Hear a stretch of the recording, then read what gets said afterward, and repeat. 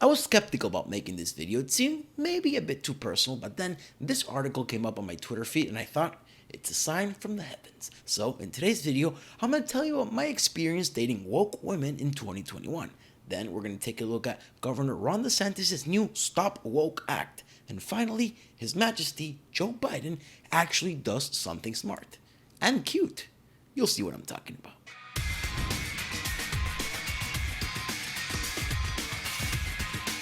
When you go on a date or you meet a woman while you're out and about, you don't know what her politics are, nor do I think it's an important topic to approach on the first encounter. However, to my disbelief, I found that to many girls, it is indeed a topic for the first date. In my experience, most of these girls have been left-leaning.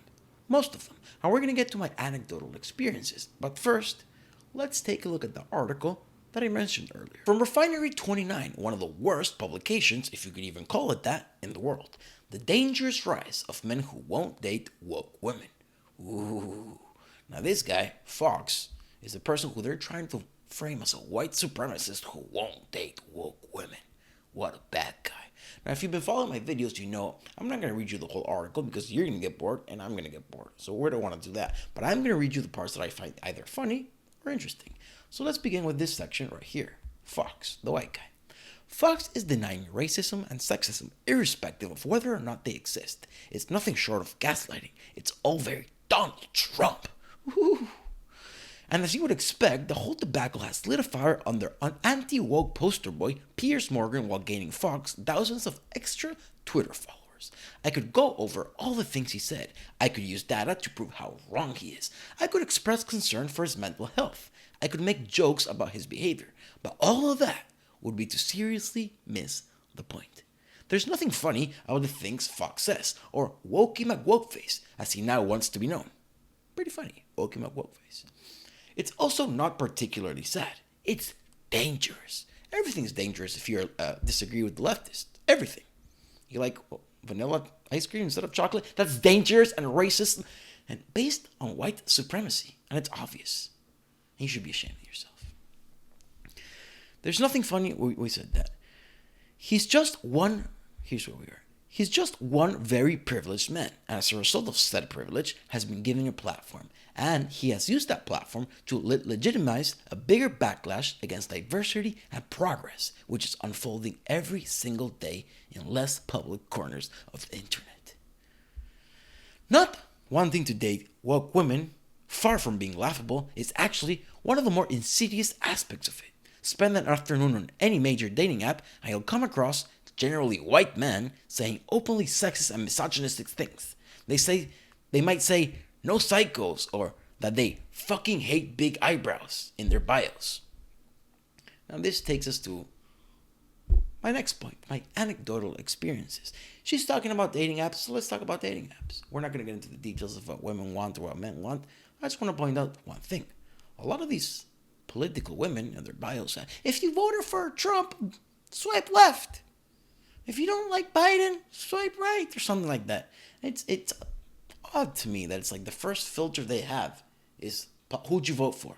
No other questions. It's a very broad question. You could have voted for someone for many different reasons. But these people just say, if you voted for this, you're out, gone, bye, see ya. To me, it's crazy. They also have banners. I am vaccinated. Who cares?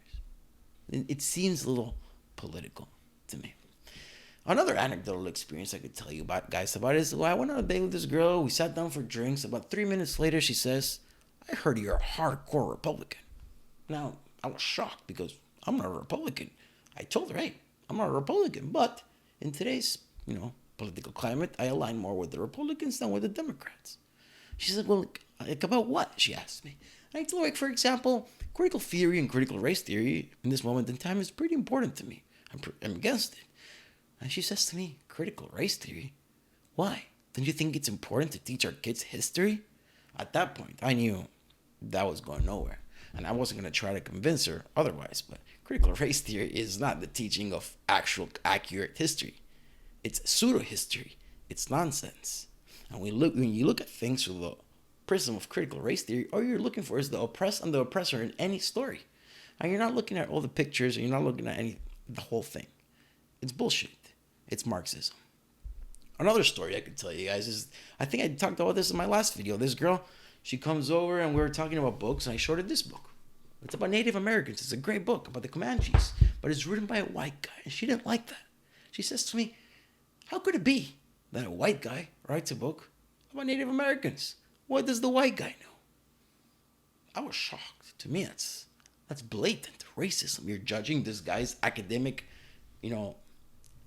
talent or his entire book based on the mere fact that he's a white guy? Is that not the definition of racism? Judging someone by the color of their skin? Just the color of their skin. Yes, that's racist. Another story I could tell you guys. These two girls I met while I was out and about. I'm in Miami, but they were on vacation from New York.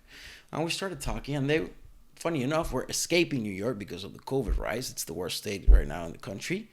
Yet, they couldn't stop talking about how happy they were to have vaccine passports. She even showed me hers. She was like, hey, look, this is my vax passport. I was mind blown. First of all, why are you talking about this right now? We're at the club. We're at the bar. Why are you talking about this? Second of all, why are you happy to have a vaccine passport? Why are you happy to be part of a society that says, papers, please? You want to eat here? Papers, please? It's mind-blowing to me. It's mind-blowing to me. So there's some few anecdotal experiences in the last few months that from going out with girls that I knew before or met while I was out and about, and they just bring out the subject of politics, COVID, vaccinations. Who cares? But maybe I'm wrong. Who knows? Let's move on to Ron DeSantis.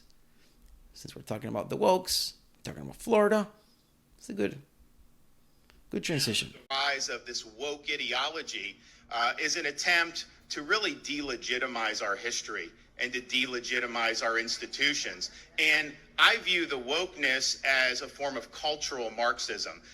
They want to tear... It is Marxism. It's always looking for an oppressor and an oppressed. That's what Marx talked about in his book, The Communist Manifesto. They want to just, it's not just, people say, oh, they're leftists or socialists. It's not just like taxes and all that. Yeah, they do want that, and that's not good. But they really want to tear at the fabric of our society and our culture and things that really we've taken for granted, like the ability of parents to direct the upbringing of their kids. So this is really, really significant. And when you see these things throughout the country where they take down Thomas Jefferson's statue in New York City, where they take down Abraham Lincoln in Massachusetts, where they take George Washington's name off. You remember when Trump said, well, who's next? Thomas Jefferson, Lincoln? And they said he was crazy? It happened. Because these leftist radicals keep pushing and pushing and pushing. There's no ending point. There's no limiting principle. Schools in California, that is an attempt to erase history. They want to delegitimize the founding of the country and the institutions, and they basically want to replace it with a very militant form of leftism that would absolutely destroy this country if that ever took hold. And so we have a responsibility to stand for the truth, to stand for what's right, and we're doing that, and we've put more resources and emphasis on teaching civics, on teaching people about American history, but we also have to protect people and protect our kids from some very pernicious ideologies that are trying to be forced. The amount of stories that are coming out of teachers indoctrinating students and then the kids being suicidal because they don't know what to identify as anymore because they've been brainwashed, it's astounding. I don't make videos about these things sometimes because I get so mad. It's not productive. It's like when I stopped making Antifa videos. I didn't want to see the violence anymore. Upon them all across the country. So earlier this year, I directed the Florida Department of Education to prohibit critical race theory in our K-12 schools. Now, is it the right thing to ban a certain ideology from schools? I don't know. I think that's up for a debate, or we should get into the weeds of it, but man, this Marxist ideology is dangerous and has torn countries apart in the past. But what is the Stop Woke Act? Let's take a look. Oh, by the way, I just remembered another anecdotal experience. This girl, we went out, she's talking about the vaccines. She's 24, 25, and she was telling me, this was back in August or September, and she was telling me how she couldn't wait to get the booster shot. A healthy 24, 25-year-old. Whatever. Governor DeSantis announces legislative proposal to stop woke activism and critical race theory in schools and corporations. Very important. It's not just about schools, it's not just about students, it's about corporations protecting me and you, assuming you're an adult, from the place where you work. Today, Governor Ron DeSantis announced the Stop the Wrongs to Our Kids and Employees Act. The acronym is fantastic. A legislative proposal that would give businesses, employees, children, and families tools to fight back against woke indoctrination. The Stop Woke Act will be the strongest legislation of its kind in the nation and will take on both corporate wokeness, thank God, and critical race theory. Today's proposal builds on actions Governor Ron DeSantis has already taken to ban critical race theory and the New York Times 1619 Project, which is pseudo-history. It's complete fake news. How are you going to claim America started in 1619? Get the fuck out of here. And that's just the starting point. Everything built upon that is just fake. It's wrong. For more information about the Stop Woke Act, click here. In Florida, we are taking a stand against the state-sanctioned racism that is critical race theory, said Governor Ron DeSantis. We won't allow Florida tax dollars to be spent teaching kids to hate our country or to hate each other. Thank you, Ron. We also have a responsibility to ensure that parents have the means to vindicate their rights when it comes to enforcing state standards. Finally, we must protect Florida workers against the hostile work environment that is created when large corporations force their employees to endure critical race theory inspired training and indoctrination.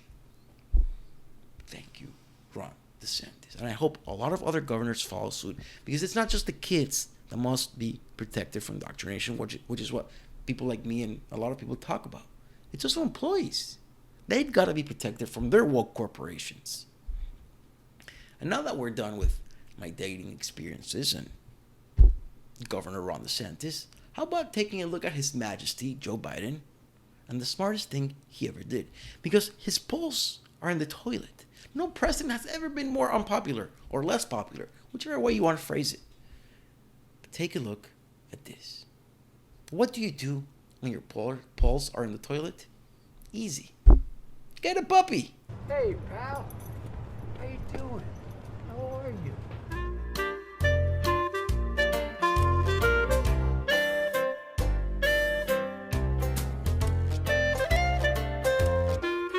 Tell me that wasn't Beijing Biden's best move yet. We all must admit, Commander is very, very cute.